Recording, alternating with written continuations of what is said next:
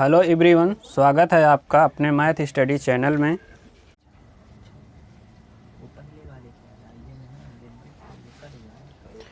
तो बेलन के कुछ क्वेश्चंस हैं, जिसमें से ये पहला क्वेश्चन है। एक बेलन के आधार की त्रिज्या r है और ऊंचाई h है। उससे दुगने आयतन परंतु उतने ही ऊंचाई वाले किसी अन्य बेलन के आधार की त्रिज्या होगी। जो बेलन की त्रिज्या दिया है r दिया है, ऊंचाई h है,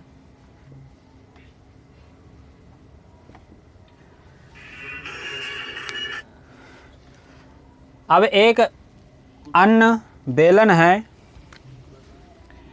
अन्य बेलन है जिसकी त्रिज्या हमको ज्ञात करना है, कैपिटल R ज्ञात करना है। ऊंचाई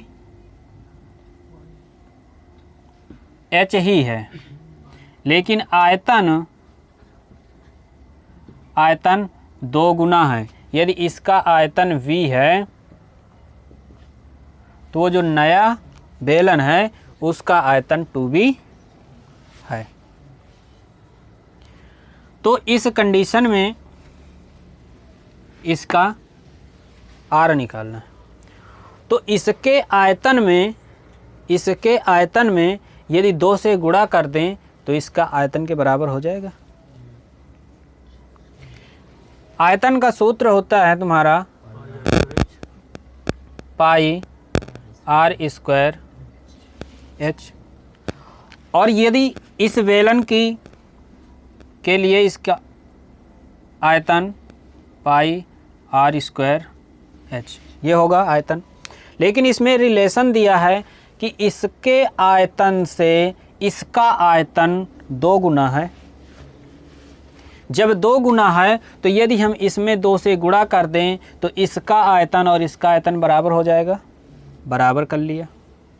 यहाँ से इसको काट देते हैं, पाई कट गया, h भी कट गया। अब यहाँ से कैपिटल R निकालना है तो 2r square equal to capital R square, या अंडर रूट ले लेंगे तो अंडर रूट 2 स्मॉल r और यहाँ से कैपिटल R। तो जो दूसरा बेलन है उसकी त्रिज्या होगी 2 अंडर रूट 2r। अब इसका अगला क्वेश्चन है, यदि एक लंबवृत्तीय बेलन का आयतन 9 पाई h घन मीटर हो, जबकि h मीटरों में इसकी ऊंचाई है, तो बेलन के आधार का व्यास होगा। यहाँ पर आयतन दिया है b बराबर 9 पाई h, आयतन हो गया। अब ये आयतन घन मीटर में दिया है, यानी कि मीटर क्यूब, और नीचे बता रहा है कि इसकी ऊंचाई भी मीटर में है। तो बेलन के आधार का व्यास क्या होगा? व्यास होता है त्रिज्या का 2 गुना। आयतन निकालेंगे तो पाई r स्क्वायर h आयतन होता है बेलन का, और यही आयतन यहाँ पर दिया है 9 पाई h। तो पाई और h तो यहाँ से कट जाएगा, तो r स्क्वायर बचेगा 9, तो r जाएगा अंडर रूट 9 किसका वर्ग है? 3 का, तो इसलिए इसका मान आया 3 मीटर। लेकिन निकालना है हमको व्यास, तो व्यास बराबर होगा 2 गुणे त्रिज्या। तो 2 से जब गुणा करेंगे तो 3 दूना 6 मीटर इसका व्यास होगा।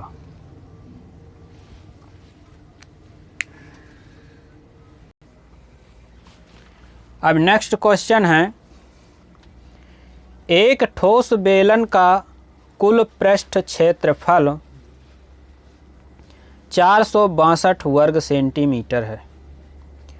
वक्र पृष्ठ क्षेत्रफल कुल पृष्ठ क्षेत्रफल का 1/3 है, तो बेलन का आयतन क्या होगा? यहाँ पर कुल पृष्ठ, तो कुल पृष्ठ हमारा होता है सूत्र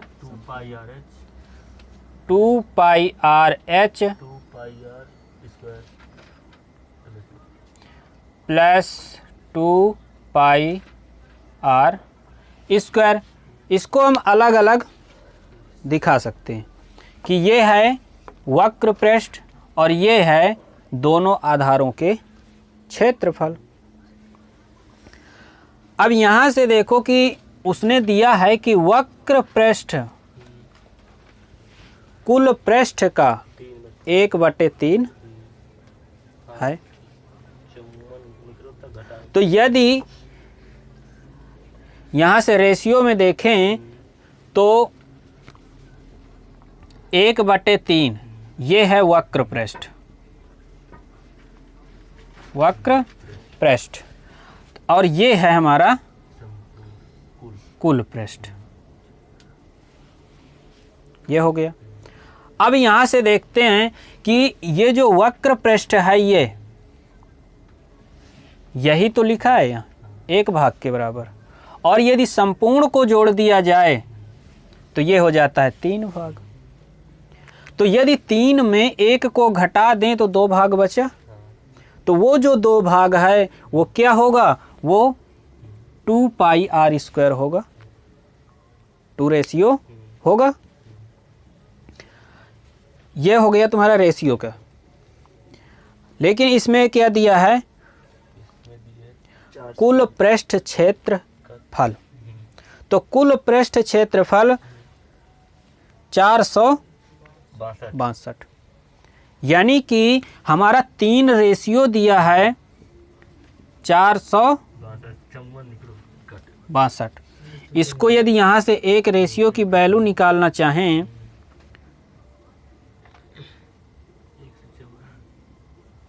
154, ये आया। अब यहाँ से जरा सोचो, ये हमारा 1 रेशियो था और ये 2 रेशियो था।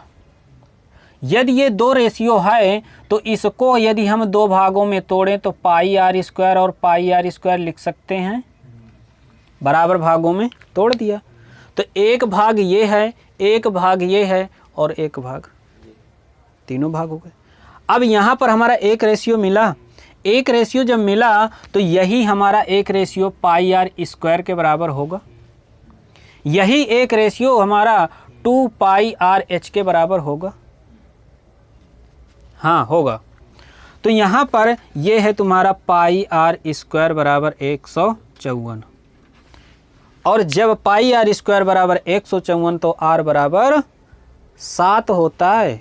हल कर चुके हैं और यहाँ से हल भी कर सकते हैं, देख सकते हैं वही आएगा। हाँ, भाई 2πrh के बराबर ना हो जाता है, वक्र पृष्ठ के बराबर करेंगे h का मान निकालने के लिए। नहीं, जैसे पहले जैसे कर सकते हैं, इसी को करेंगे।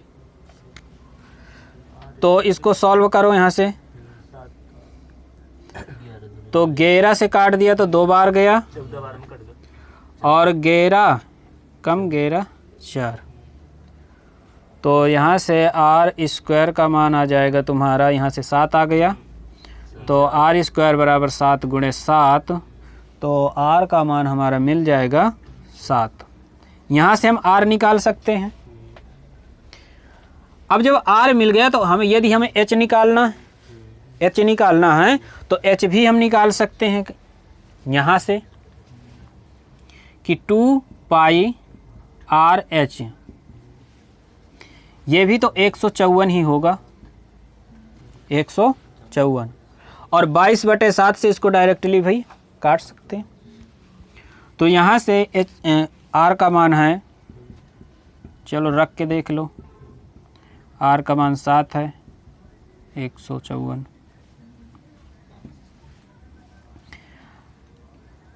अब इसको काटा था तो ये 7 बार में कट गया, तो h बराबर आ जाएगा 7/7। 2। तो यदि हमें R और H अलग अलग भी पूछता है तो हम निकाल सकते हैं। अब इसके बाद तीसरा स्टेप ये है, अब यहाँ पर RH तो नहीं पूछा उसने आयतन। आयतन क्या होगा इसका? 308 घटाओ तो नहीं बच्चे, पाई R स्क्वायर H होगा।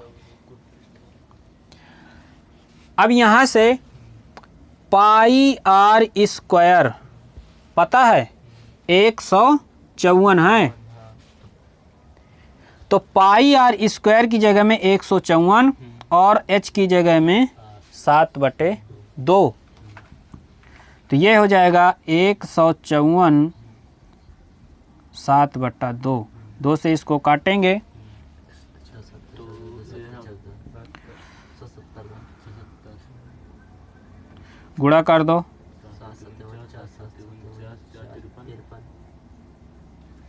ये आ जाएगा आयतन। ये इसलिए किया कि शायद कभी R निकालना पड़ जाए। जैसे भाई अब कुल से तो भाई नहीं करा होता। चलो देखो, इसी क्वेश्चन को हम करते हैं बेस से करते हैं, जैसे साधारण सिंपल तरीके।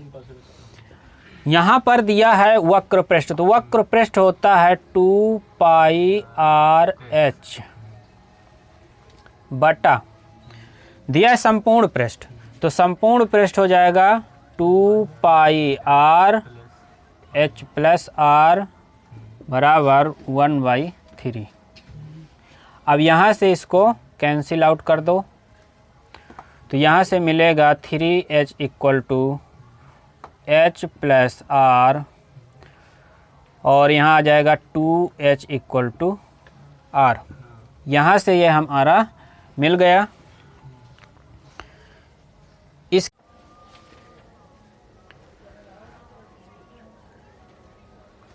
तो 2H इक्वल टू R, संपूर्ण पृष्ठ 2 pi RH plus R equal to 462। तो यहाँ से निकालते हैं 2 और पाई का मान रख दें 22/7, R की जगह में R रखो, H की जगह में R/2 लिख सकते हैं, ये हो जाएगा R/2 प्लस R। यहाँ से काटेंगे इसको 22 से, तो 22 दूना 44, 22 1 कम 7 चला जाएगा ऊपर, 2 चला जाएगा नीचे। यहाँ से आ जाएगा 3R/2, 3R/2 और ये R, तो यहाँ से बचेगा, ये पहले से है, और 3R स्क्वायर बटे 2, एक R यहाँ से एक R यहाँ से स्क्वायर हो गया, और यह आया था 21, तो 3 7 21 7 आ गया, 2 से 2 कट गया, R स्क्वायर बराबर 7 का स्क्वायर, यानी कि R इक्वल टू 7। जब R इक्वल टू 7 है तो H इक्वल टू R/2 यानी 7/2 होगा। अब इस बेलन का आयतन B बराबर पाई R स्क्वायर H, पाई का मान 22/7, R का 7 गुणा 7 और H का 7/2। 1 7 गया, 2 से काटा, यहाँ 11 आ गया, ये आ गया 7 7 49। जब गुणा करेंगे तो 49 4 53, तो आयतन मिलेगा 529 सेंटीमीटर क्यूब। चलो अच्छा, देखते हैं अगला क्वेश्चन है। किसी बेलनाकार स्तंभ के वक्र तल का क्षेत्रफल 264 वर्ग मीटर है और उसका आयतन 924 घन मीटर है। तदनुसार उसके व्यास और ऊंचाई का अनुपात कितना होगा? व्यास और ऊंचाई का अनुपात निकालना है। तो इसका वक्र पृष्ठ है 2 पाई R H, आयतन pi R square H equal to, यहाँ पर दिया है इसका वक्र पृष्ठ 264, आयतन है 924। अब यहाँ से काट देते हैं इसको, आर से आर गया, 2/r है बराबर, इसको 22 से काटेंगे तो 22 एक बार गया, 4 दो बार में कट गया, 22 दूना 44। 22 से काटेंगे तो 22 चौक 88 आएगा, 4 तो 22 दूना 44 आएगा। 2 से इसे काटेंगे तो 6 बार कटेगा, और 6 सत्ते 42, तो r का मान हमें 7 मिलेगा। और जब r का मान 7 है तो r बराबर 14 हो जाती है, 7 नहीं तो r बराबर 7, तो 2r बराबर 14। तो यहाँ से ये हमारा व्यास हो गया। ऊंचाई चाहिए है, तो ऊंचाई में हमें पता है कि वक्र पृष्ठ 2 पाई आर एच, इसका मान 264 है, तो 2 इसको रखते हैं 22/7, आर का मान यहाँ से 7 रख देंगे और एच निकाल लेंगे 264। 22 से इसको काट देंगे तो 12 में कट जाएगा, और 2 से कटेगा तो h बराबर 6 आ जाएगा। h का मान 6 आ गया और व्यास का मान 14 है, तो अनुपात निकालना है हमको व्यास और ऊंचाई का। व्यास है 14 और ऊंचाई 6, 2 से कटेगा तो 7:3 ये अनुपात होगा, जो कि इसका राइट आंसर है। अब जैसे अगला क्वेश्चन है, पढ़ो जरा इसको। 2 लंबवृत्तीय बेलनों की त्रिज्याओं का अनुपात 2:3 है। R1:R2 2:3 है, और उनकी ऊंचाई 5:4 है।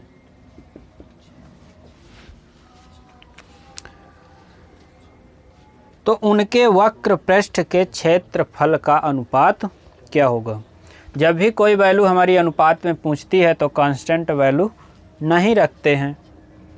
जैसे एग्जाम्पल देके देखते हैं कि 2 पाई आर एच, ये है वक्र पृष्ठ,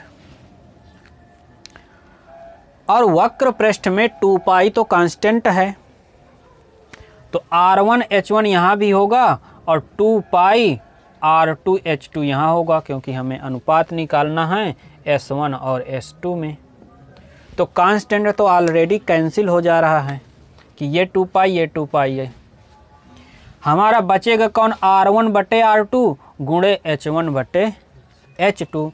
तो R1/R2 2/3, H1/H2 5/4, यहाँ से कट जाएगा तो ये मिलेगा 5/3 दूना 6, 2 बचेगा यहाँ पर। तो इनके वक्र पृष्ठों का अनुपात 5:6 मिलेगा।